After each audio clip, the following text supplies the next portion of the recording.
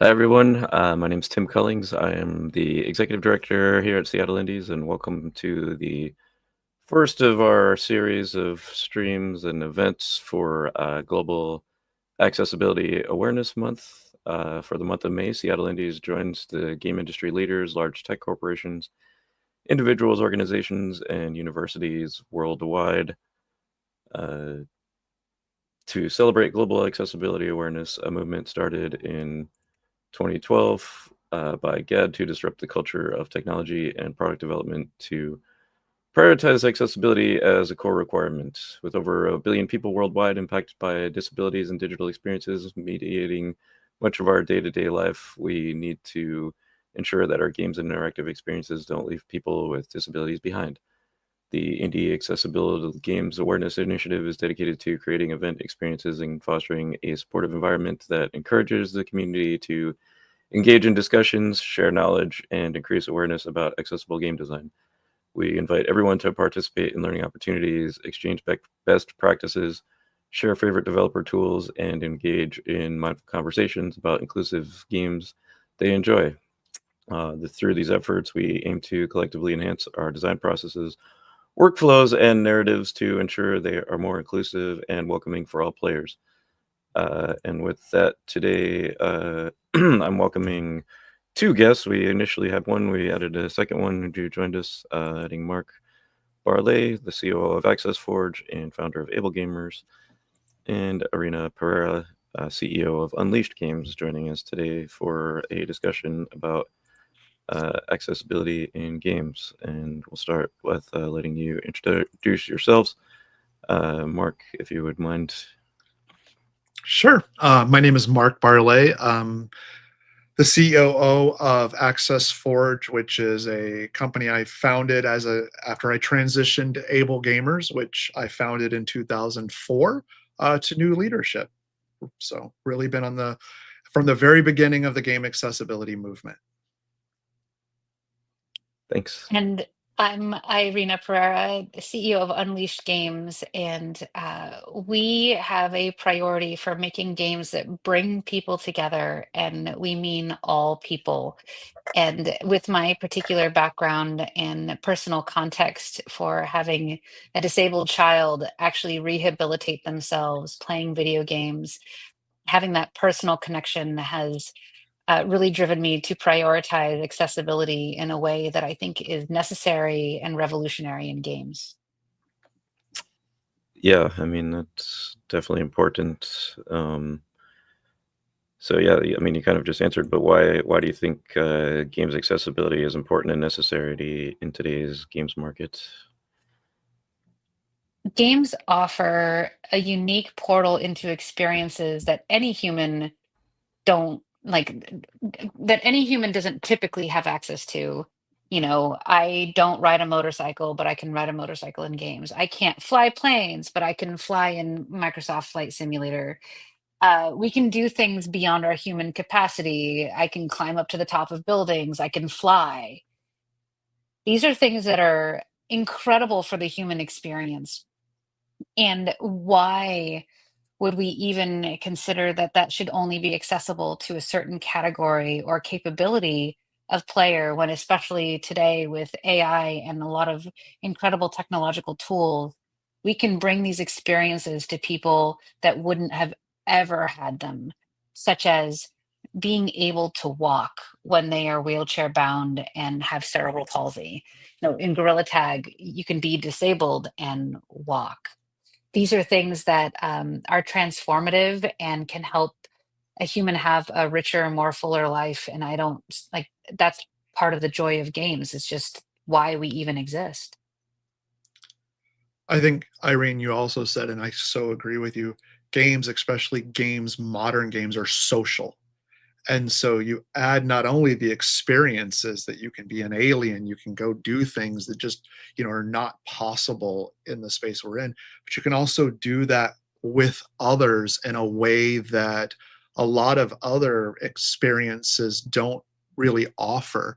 You know, People with disabilities are 53% more likely to be socially isolated than those that don't have a disability.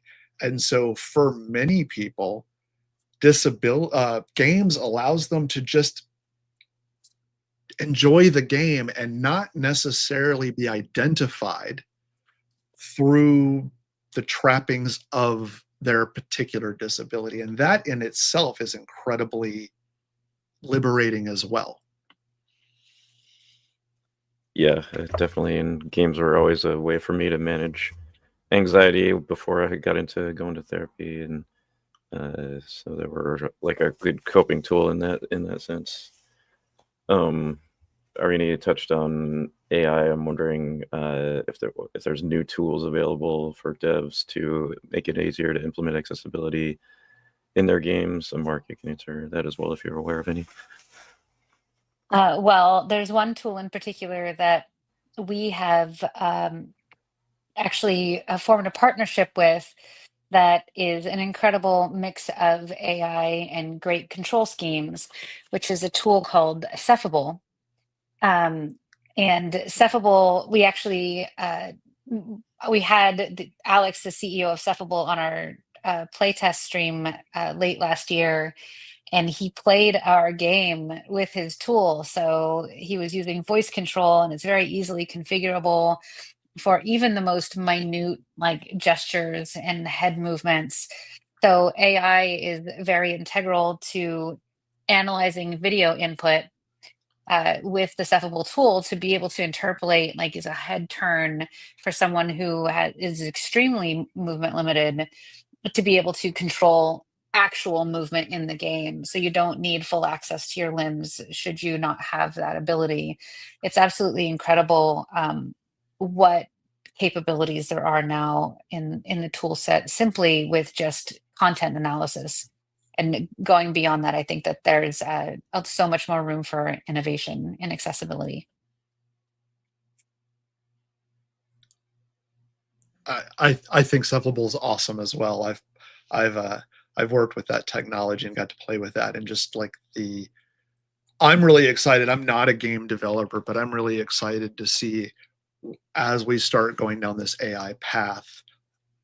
I think this is a technology that I am seeing the thought around accessibility being adopted far earlier in a technology arc than I've ever seen in just about anything.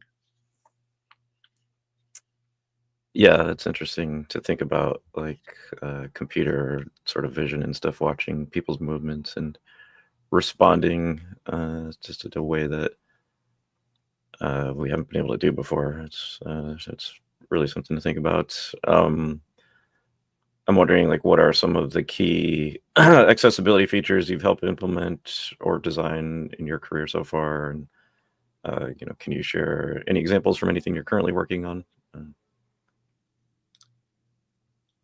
You should go first. I mean, I'm not making games right now.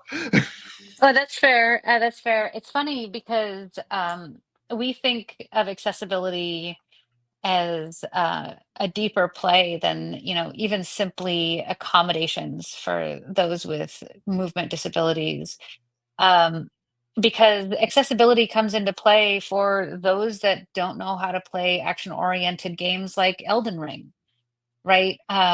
We very specifically made a choice to revert back to some might say it's an old school way of playing an action game. I just think it's more tactical and strategic, which is a tab targeting style of combat system. But one of the reasons why we used it in WoW, I was a former developer of World of Warcraft, but the like tab targeting is incredibly accessible.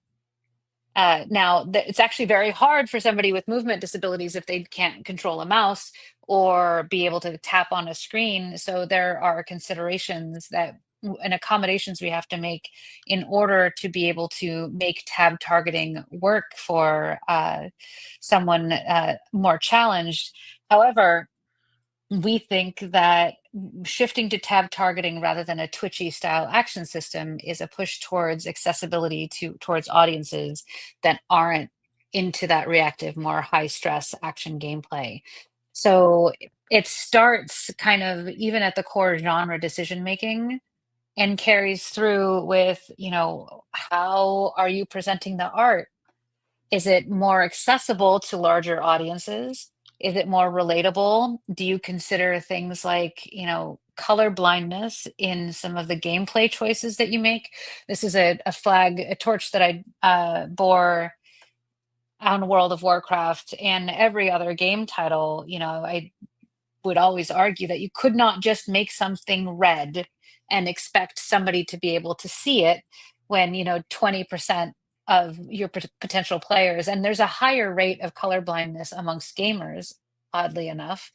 um, and whatever reasons there are for that, but something as simple as an understanding of the color space and its consequence on your player base is a continuous commitment to accessibility, and it's kind of these tiered decisions that you have to make sure that you're that the largest possible audience can play your game. You don't have to necessarily appeal to that largest possible audience, because that can dilute the story, that can dilute the experience. Like, you want to have a very narrow target, but you want to be able to open up to the widest variety of capabilities to be able to jump in and have a great time playing your game.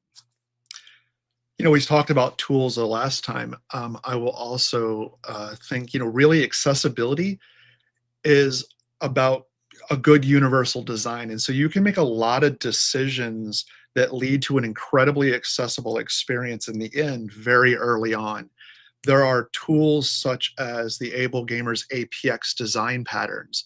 Those are written for developers. They do not require you to have a deep understanding of disability.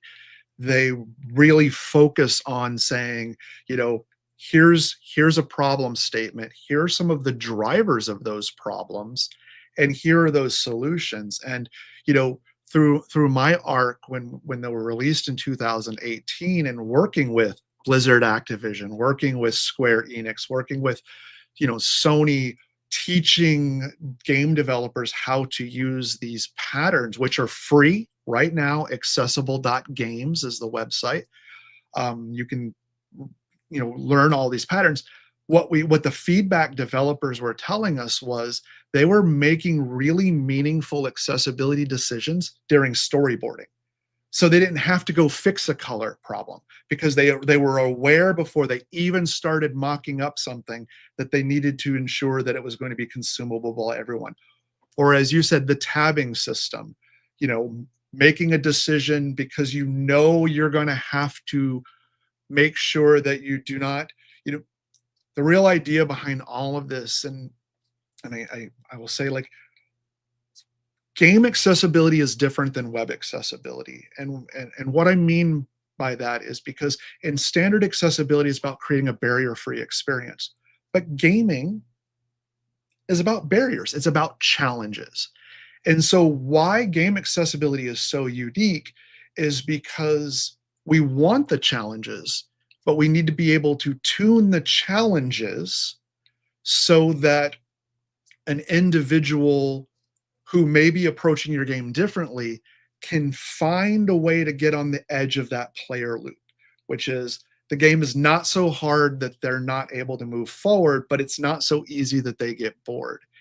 That's the unique position that game accessibility is versus everything else. And so, with some knowledge, as you point out, some of the decisions that you're making, accessibility becomes really easy because you made decisions before you ever, put a single line of code in.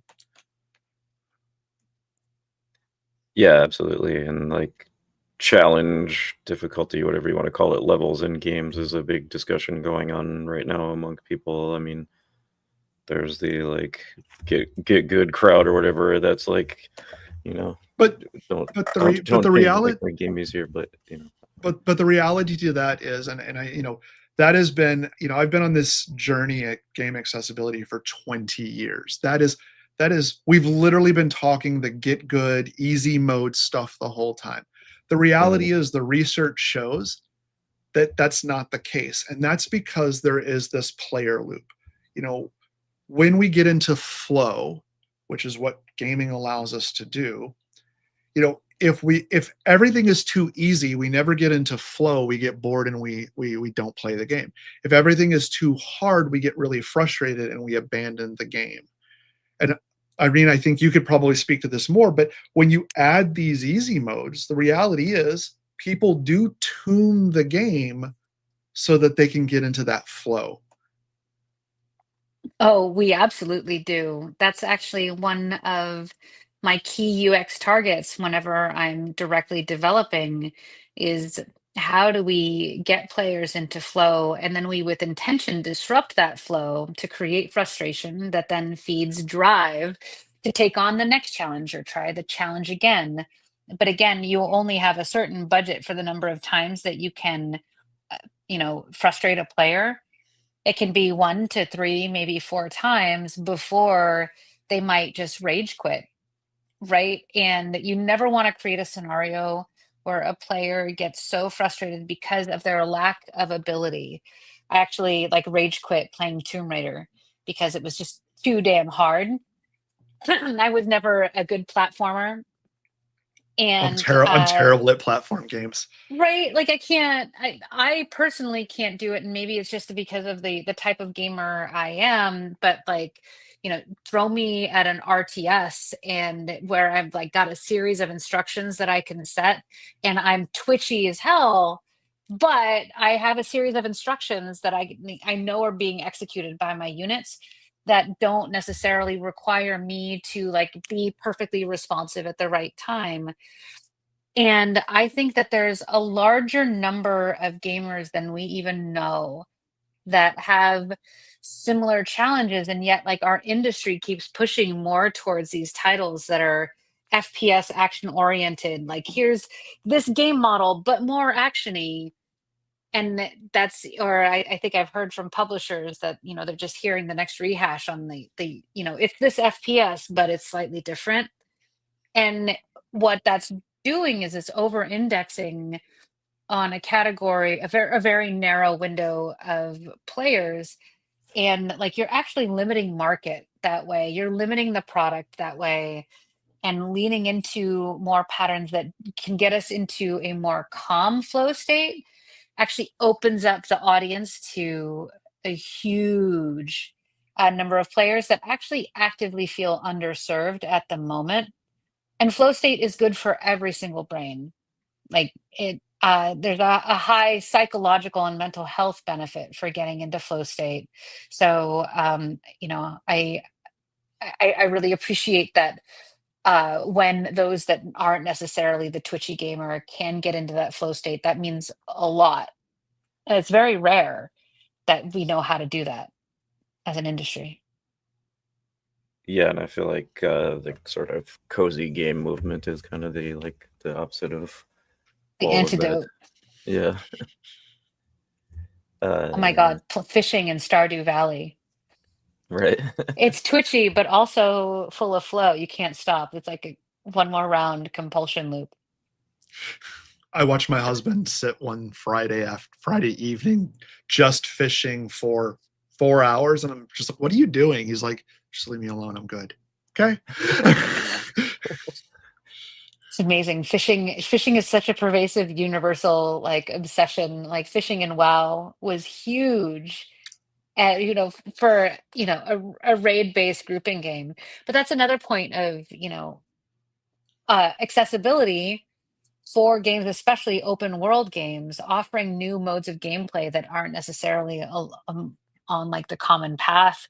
Again, provides for, you know, I don't know how much time I spent just exploring and wandering around and picking flowers in Red Dead Redemption online. Or crafting, and knowing that you know I may not be able to fully do a raid, but I'm a really good crafter and I'm contributing through this piece of it. Still makes me feel involved. It still makes me feel like I'm part of the larger push. Absolutely.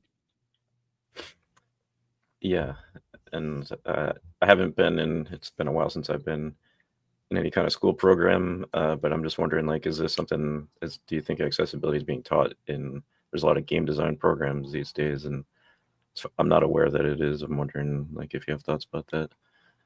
So I've done a lot of lectures over my tenure at Able Gamers at the college level, but there were one or two initiatives to try to create kind of an out of the box curriculum for, a push that largely went nowhere. I know that George Mason here at one point was attempting to do that. Um, I know at one point I'd spoken to some leaders at Full Sail who were looking to do that, but all in all, I'm not aware of it really. Any of these initiatives have been fully adopted and spread through.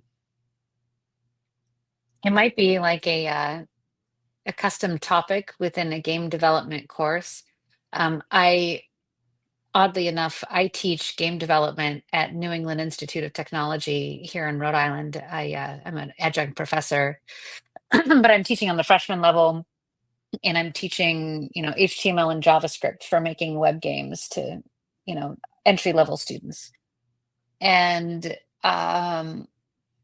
it's amazing with all the things that you have to learn in game development. Like there's no room to make specific space for accessibility. And I think this is the way it functions, on a game dev team. Like if you have a line item in your roadmap that says accessibility pass, that's one of the first things that's going to get cut by your producer because the timeline is short and you're going to need more time for other things. Or you don't have the budget, or you have to get to market, gold master deadline is looming, whatever it is.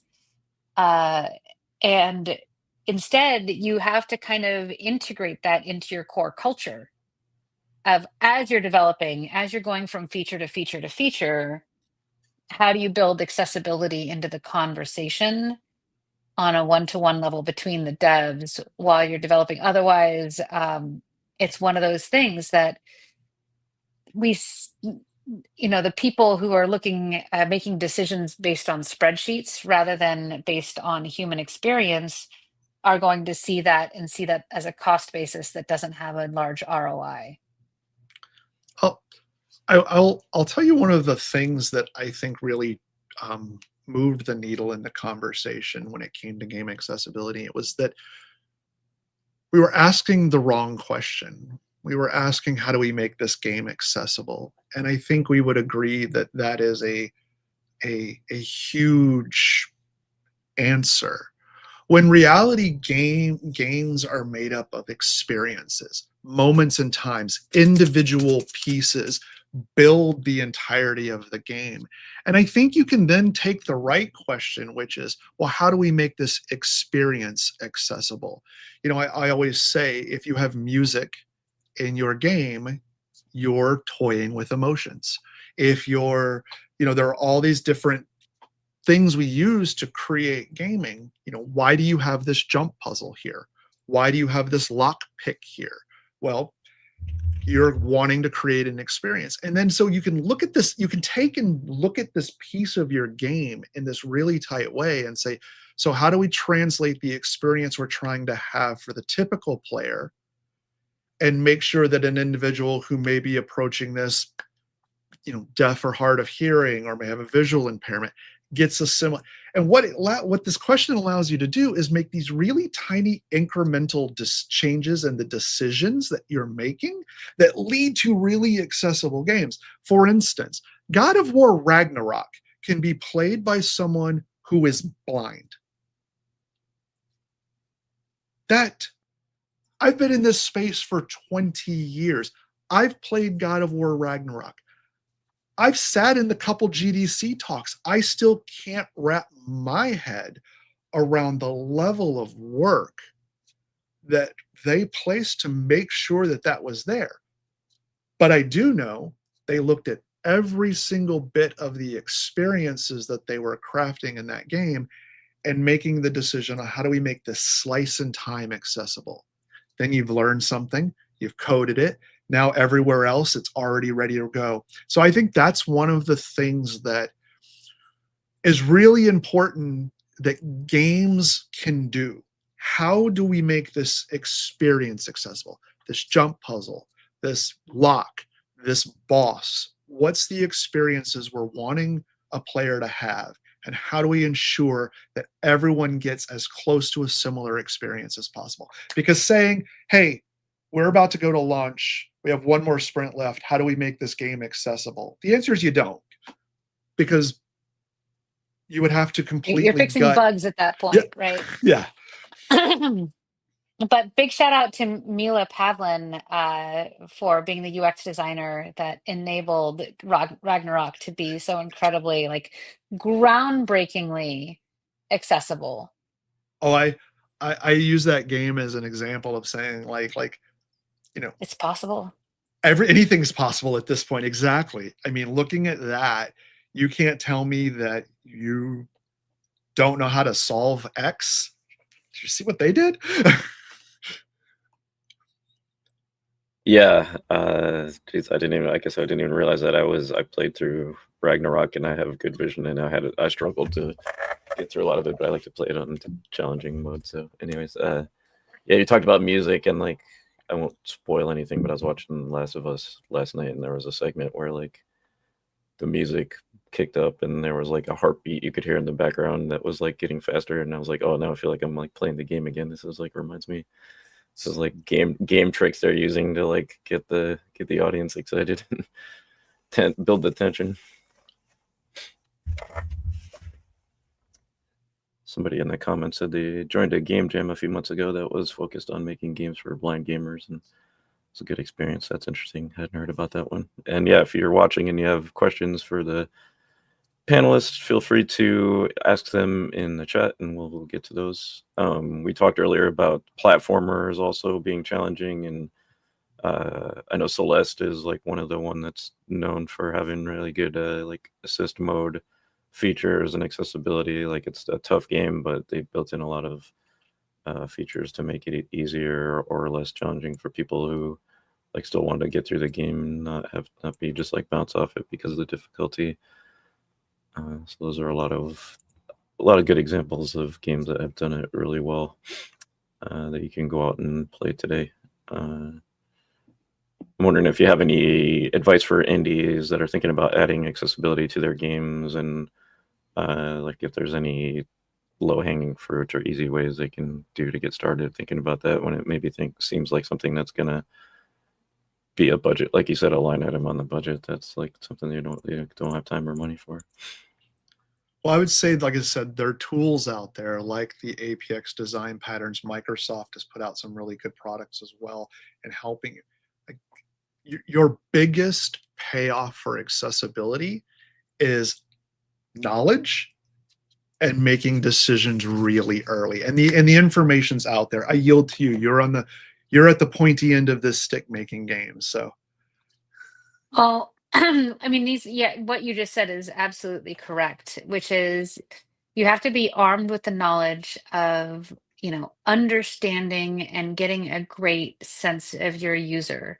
So, one of the things I typically do with any game product that I ever kick off, whether it's my own team or a team that I'm hired onto or if I'm consulting with, is I ask for the team to generate literally user personas, and using user personas that help you drive and keep into consideration a different kind of play pattern. For Monopoly Go, we use those player personas to drive our gameplay, but also to drive our accessibility. For instance, one of our personas was Janet. Our first persona was Jen. She was a mother of two who lived on the West Coast, and she lives next door to her mom. And her mom is her other persona, who Janet, who is had difficulty seeing, and she wanted to be able to see the game at a glance and know what to touch even if she couldn't find her glasses. Simply having that sort of awareness as you're like designing out your UI changes fundamentally how you approach the data elements on screen. How much screen real estate are you allocating to text? How many characters do you have displayed at once? How thick are those characters?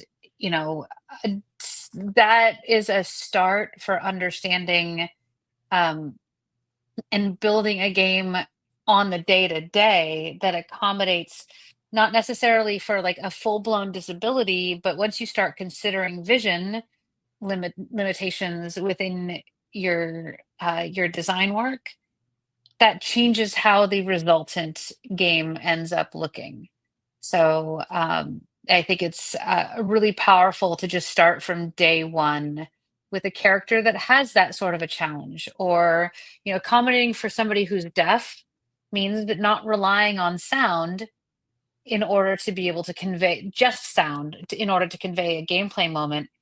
However, that also is an accommodation for somebody who just doesn't play with the sound on. So, thinking about these real world parallels can help you overcome some of the challenges that might come into like making assumptions about who your users are. I think it's interesting that the way you described your personas, because back in the early days, and again, I'm dating myself, of, EverQuest was the game we were playing when I I founded played a Able lot of Gamers. EverQuest. We'll Oh, you we'll just got talk my later. crazy eyes. I've sent you a link. Yeah. I've sent you a LinkedIn. Oh Um, yeah, 7 years here, friend. uh, what I was saying was, I would go to, like, I went to GDC probably in like '07, '08 or something like that, and I was asking game developers, have you thought about how a person with disabilities played your game? And they would kind of glaze over, because that's a pretty hard question. I would ask them, have you thought about how your grandma would play your game? And all of a sudden they'd be like, oh, my grandmother can't see really well, so I'd probably, and they started like Mhm. describing to exactly what you talked about, like things they would need to change in order to make sure grandma can play. And I think it's interesting, you gave them a uh, a persona that they loved. Hopefully you love your grandma. um and all of a sudden you were solving accessibility problems that you didn't know you could solve if I asked you about a disability. Because the truth is, you know, everyone seeks accessibility. Let's be honest. We're saying accessibility in the terms of people with disabilities, but accessibility is just means the approachability of something. And there's a very good chance that, one of your favorite games, you've either turned something off or love something that's been turned on, that was ultimately developed as an accessibility thing that you didn't even know about. With WoW, one of the best cheats for accessibility was the fact that we had a whole add-on API. We had users making our UI more accessible than our base retail UI. And then as things would become popular, we would take those add-ons and integrate them wholesale into the game when they proved to be useful. And it was such an incredible proving ground. And I do know that one of the ways that you can do things like opening up your game to add-ons is by integrating with Overwolf and CurseForge. Like literally, they can create a backdoor to be able to open up your game to more crowdsourced ideas. And I think that that's actually one of the most beautiful things about the game industry is when like you fall in love with a game, like you've got a user when they start making mods for your game. So that's a path to be able to open up accessibility beyond what you can even think of. Yeah, definitely. And we're in an age now where games are multi-platform. Like you can play Fortnite on just about any kind of device you can think of, or I play Balatro, on like all different devices. And I'm wondering like how you have to think about your accessibility features on different types of platforms and devices, and like if you've dealt with that, if there's any like challenges you faced implementing those. Every day. Like, I can build a game in my sleep that plays like World of Warcraft with an action bar that then you can configure and tooltips that tell you what, things are. But you don't have tooltips on mobile. and you've got a much smaller screen space, and you need to make sure your buttons are the size of a thumb, and or like not just my thumb, and I've got a pretty big lady thumb, but like there are other chunkier thumbs. Oh, and a thumbs up. But there are a wide variety of thumbs. You cannot make your buttons too small, right? So these are things that kind of affect you in the day to day. And I think, you start to think more about accessibility the more you allow your team to focus on user experience and UI. And it's funny because my career in games has always been in the UX UI area. Long before we even, called anything user interface, I was building UIs for games. And it was a long time before Blizzard even had a title of user interface designer. But I had been wanting to be a UI designer in games for much longer, but we didn't know what to call it. But the minute your team opens itself up to including a UI or UX designer, suddenly the conversation about accessibility changes because that's literally their job. It's the game designer's job to create the barriers, the hurdles, right? To create the friction of moving through the content. But it's the UI UX designer's job to reduce the friction in being able to solve those problems. Right? It's a fun, like, two sides of the coin partnership. But, even talking to some startup founders building indies right now, and asking about if they need help with UX UX. I'm always there to like kind of give feedback and also to let them know about accessibility early on. And I still, even in 2025, hear things like, "Oh, we're too early for a UI designer or UX." I'm like, "No, your UX designer should be sitting there and helping you make your vision document. These They should be decisions you're helping you. making now. Yes, your art style absolutely implies how accessible your game is. If your game is, 50 shades of brown, you're going to struggle with, accessibility later on, 3 years from now when you're live. So you have to take those considerations way, way early. And I know a game team isn't quite mature or where it needs to be if they say things like that.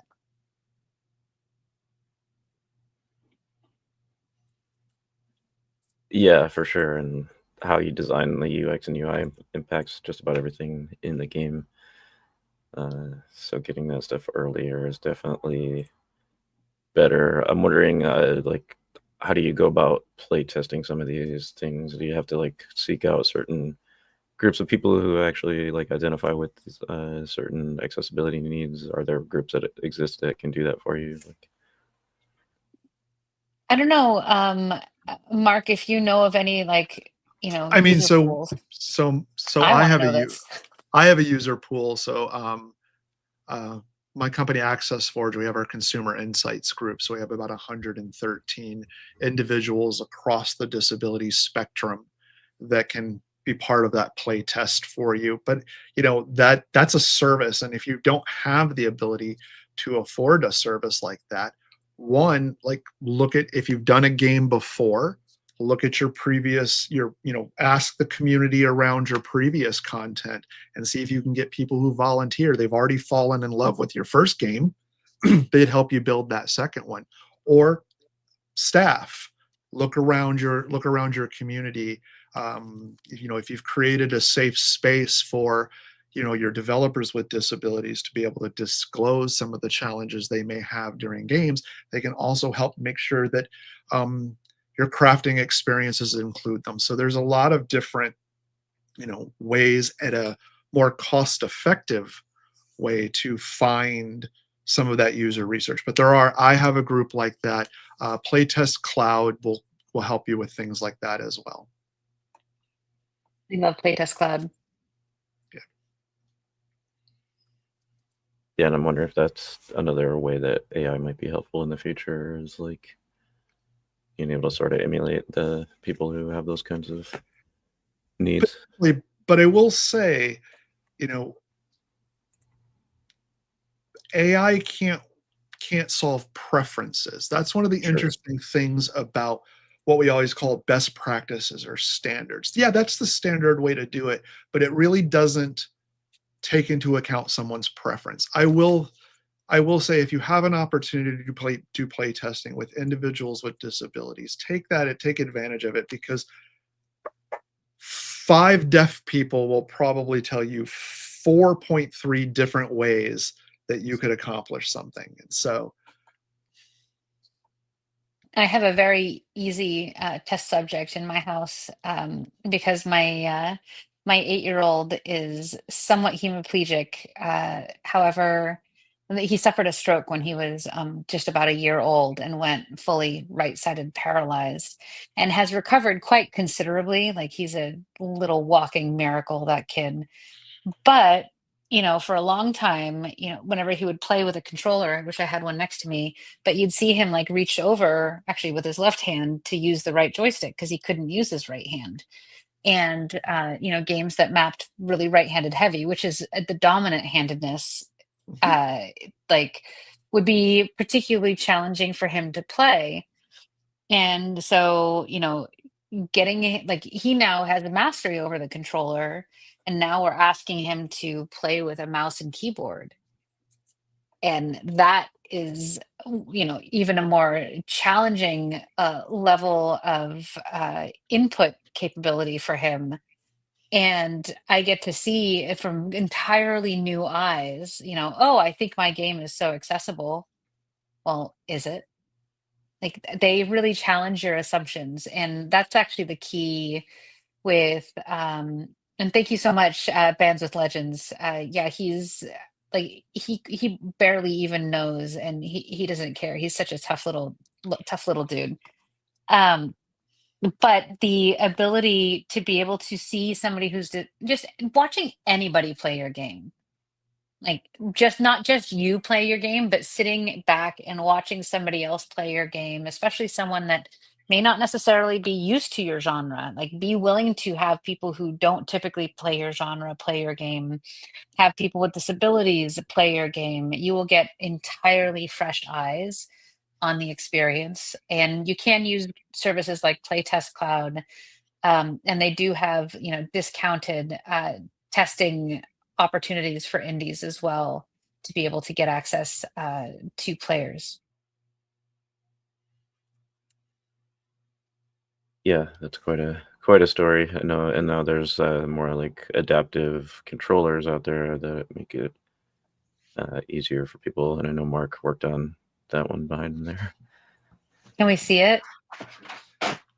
so I worked on this one with um, Bryce and his team at Microsoft, and then this is the Sony one that came out last year, and Hmm. it's like you can replace like it's really like I've been in this space long enough. I'm super proud that, like, to see the arc of where it started Oh, versus where great. we are and where I think we're heading. Yeah, I'm wondering what are your thoughts about where we're heading, if you don't mind sharing those. Hmm. I want to say, because I know we're pressed for time, I do hope we have an opportunity to talk about the ROI of accessibility, because I think for Yeah, the definitely. indie developers, I think it's important. Where do I think we're going? Well, in my opinion, there are a couple of big major things that happen. I've always said, like, what I was seeing in the gaming industry is that we were evolving from advocacy to action. That, game accessibility was driven largely by advocacy, individuals with disabilities such as myself and others who were, really pushing the industry. And in this last couple of years, I've really seen the industry take it on themselves. And I think, in GDC just last month, when the ESA and some of our biggest game companies out there created the Accessible Games Initiative, I really looked at that as going, well, you know, thank you, advocates, is what the game industry is saying. We appreciate you driving us this, but we'll take it from here. I also think, that some of this, like some of these new websites, like Able to Play, I don't know if anyone have seen this, you know, for a decade or more, there was always this conversation of like we should rate accessibility. Like let's take a game and let's rate it. And I would always really be hard on that because the reality would be that you tell me this game has an 89, but if it doesn't have the one feature I need, that's a straight up zero as far as I'm concerned. So that number, you know, accessibility and approachability are so unique to an individual. And I think what the Able to Play team did is they took the rating system and handed it to me. I have several things I need in a game.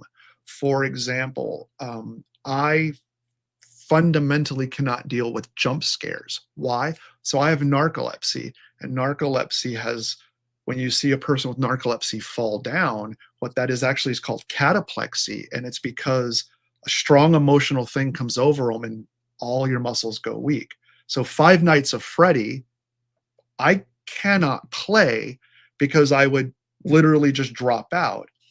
What what the team did was they let me create a profile and say, I need a game with no jump scares, and I need this, that, and the other, and then presents me with a menu of games where the number represents me, not some generic thing. And I think that that's putting a lot of steam in the engine to the game makers, because now there's a discovery tool tailored for you to capture this incredibly big market. I want to yield to you for a minute and see if you had anything there too. Well, it's such a powerful thing, and it's funny because there's a friend of mine who was struggling to get funding for a similar startup, but more around it was a a portal called Game Find Her, and it was about finding games that matched your more classically female play patterns. Something a little bit calmer, fewer jump scares, you know, more adventure and exploration driven, long narratives, things like that. How do I find, because most recommendation engines, like if you look for RPGs, it'll still feed you Call of Duty, for instance. Um, but such is our understanding and our discovery capabilities with games today. But this is the first I've heard of Able to Play, and I love it because it also solves a bigger discovery challenge that we have in games. Is now we have a glut of content. There's over 100,000 games on Steam. How do we find the games that we want? How do we find the games that we're actually looking for? I'm looking for games to be able to play couch co-op with my friends. There's no way for me to easily find a couch co-op game on any platform, and partly because I want to play with other people because I don't like jump scares, right? These are all considerations that affect the market for our game. And when we over index on hyper violence, twitchy response times, skill based gameplay, sure, that's great for LOL and Fortnite, but you're leaving a lot of money on the table for gamers that don't necessarily need that extreme end and also are looking to spend money. I think that there's just a huge category of gamer that are being left behind, not only for the sake of accessibility, but just like, and not only specifically around uh, availing the games to those with disabilities, but just being more accessible to larger audiences in general. You can up to like double the number of users if you are willing to invest in making a game that is more accessible beyond just the disabled smaller category. I think it's only about 3% of the American population considers themselves. I don't know what the stats are. You might know better. Yeah, so it's actually 19%. Oh God, that's a lot bigger. So, I mean, there, and then how many of those are, I would say probably, and this is an assumption on my part, that more of them would be gamers than not, because many are housebound So it's estimated that there are about 300 million players with disabilities across the around the world. across our globe. 300 million. Um, when you look at, you know, when I started this journey of getting the game industry to talk about making games for people with disabilities, I never told a sad story. I always told a money story. And like for instance, I'll tell you that in the United States, individuals with disabilities have greater discretionary buying power than the entire Hispanic and African American population combined. That if you look at the sphere of disposable income among individuals with disabilities in North America and Europe, you're talking $2.6 trillion a year. If you look at the sphere, people who have or make decisions based on accessibility because someone in their immediate sphere has a disability, that number jumps up to $13 trillion. But here is a new fact that was talked about at GDC that I want everyone here, because when I saw it, I was blown away. So Emilio, one of the senior UX people at King, did a talk, and he talked about Candy Crush, and they did the research, and their research found that 33% of players in the Candy Crush space self-identified as being a person with disabilities. Then they looked at that slice of people. And this is why I think accessibility is something you really should focus on. Of that group spent 12 to 19% more. He was talking about the several Candy Crush titles, so that's why there's the different numbers. More than those that didn't identify as having a disability, and they played 5 to 9% longer than those. So there is a direct correlation to accessibility has an ROI. 19%, 12 to 19% more money from that group than someone who didn't identify that. That's really like why we keep talking about there are tools out there that let you start this journey before you write a single line of code. And that if you look at it from an experience perspective to the end, you're now dropping into a space with $2.6 trillion in discretionary income. And we haven't even touched, even though we've alluded to it, gamers over 55 who have so much money it's not even funny collectively. Yeah, very And true. I think you were there too at the AARP Gaming Summit a couple of years ago, and the whole thing about gamers over 50 and all the different Yeah, personas they have, and I was yeah, there, and the research that they did when they published their research, it was fascinating. And to what you said, they want cozy, they want social, they want games that they can play with their grandkids and their neighbors. absolutely. And if you look at, case studies like, the one immortalized in the remarkable virtual life of Ibelin, about the disabled gamer in World of Warcraft, the human return on investment of creating social spaces where disabled gamers can engage and have a social life where otherwise they might be ostracized or looked down upon. I know personally two young girls that are in seventh grade that are wheelchair bound. They will never walk, they will never talk. But you know what they can use? They can use an iPad.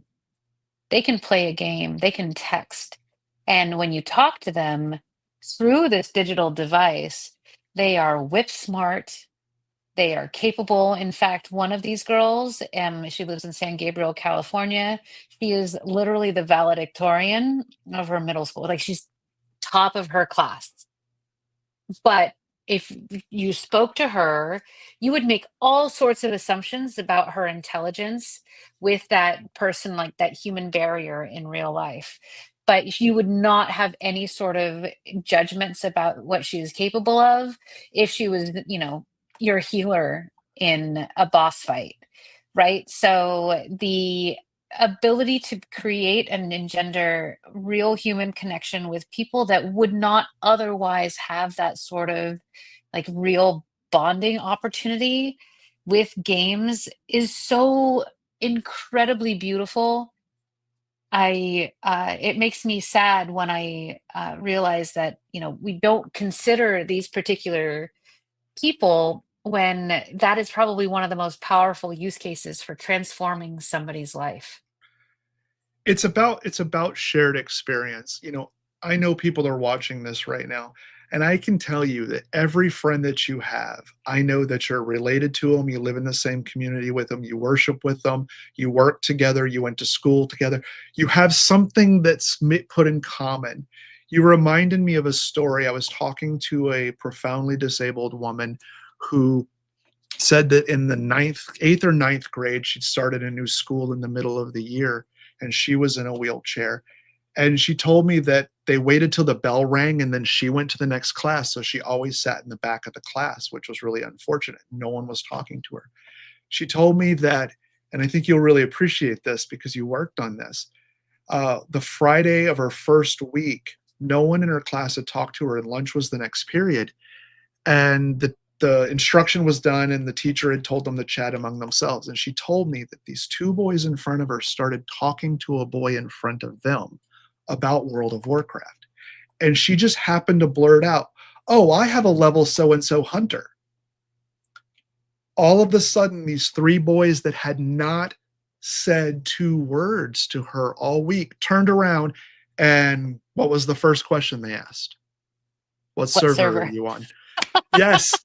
And they went to lunch together, talked about that's what the power, you're right. That's the power of gaming, is because it lets us build shared experiences that we can build a friendship on. I still have a friend that I talk to literally like text a couple times a week that I met in Ashran's Call, dating myself Nice. pretty bad.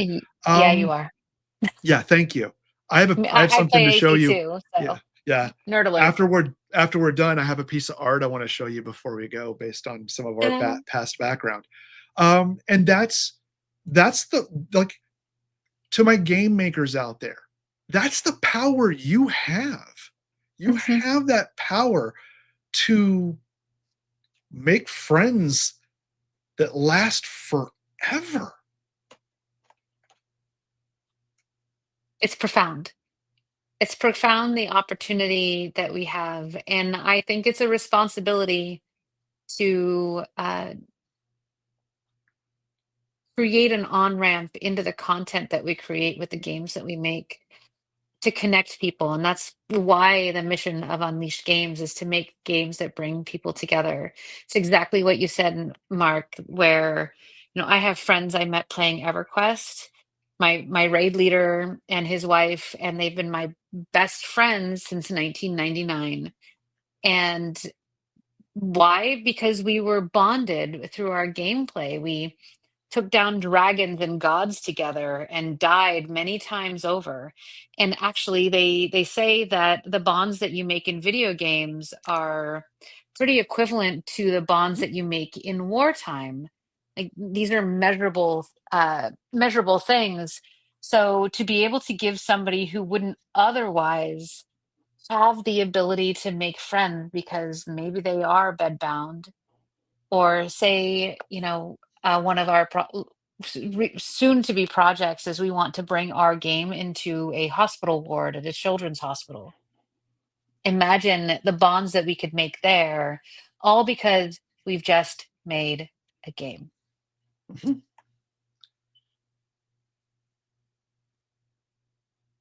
You're muted, Tim. that now. Sorry, those are some great stories. Child's Play comes to mind. They're the local. Well, they're all over now, but they're charity that supports children's hospitals with games and game hardware, and that's accessibility as well. Well, we're at an hour here. I don't want to keep you past longer than you can stay, but if you have any final thoughts you want to wrap up with, feel free. Really appreciate your time today. There's a real ROI if you create accessibility. Not only do you bring more people to be able to play your game, you bring more money into you to make your next game. And as we finished here, you have the ability to bring a rich social environment, a world, friendship to people who may struggle with that in other mediums. Yes, and we have an incredible power with games in that we can reach people in their homes and then connect them to other people in their homes. And we live in a world where the measure of somebody's success is rated based on the size of their bank account. But we don't have to operate that way. To me, the better measure of success is the number of lives you've positively impacted. And that's the type of thing that you can take throughout your life and be proud of and never regret. Whereas, other ways of measuring your success might be troublesome. So, committing to building a game that can reach more people and touch people's hearts. I mean, as indies, we have the freedom to be able to do that. And committing and bringing that to more and more larger audiences is always a big win. Yeah, absolutely. Totally agree with everything. I posted links to Access Forge and Unleash Games in the chat, but you can follow up and find out more there. Thank you both so much for joining us today and lending your invaluable insights. I hope everybody watching out there learned something and thinking more about accessibility in their games as they're creating them. If you signed up for the Microsoft Inclusive Tech Lab tour on Wednesday, we'll see you there. Looking forward to that. We'll be back with Have a few fun. more streams. Yeah, So jealous. Bryce and his group. It's fantastic. nice. Yeah, really looking forward to that. I believe we're going to have one of the creators of Able to Play on a later stream this month, so that'll be exciting to chat with him. And we'll have a few more folks joining us to talk. I think we're going to have a chat with Unity on Global Accessibility Awareness Day, May 15th. So look forward to that. And thanks you, and have a great rest of your day wherever you are. Thanks for having us. I'll grab that piece of art.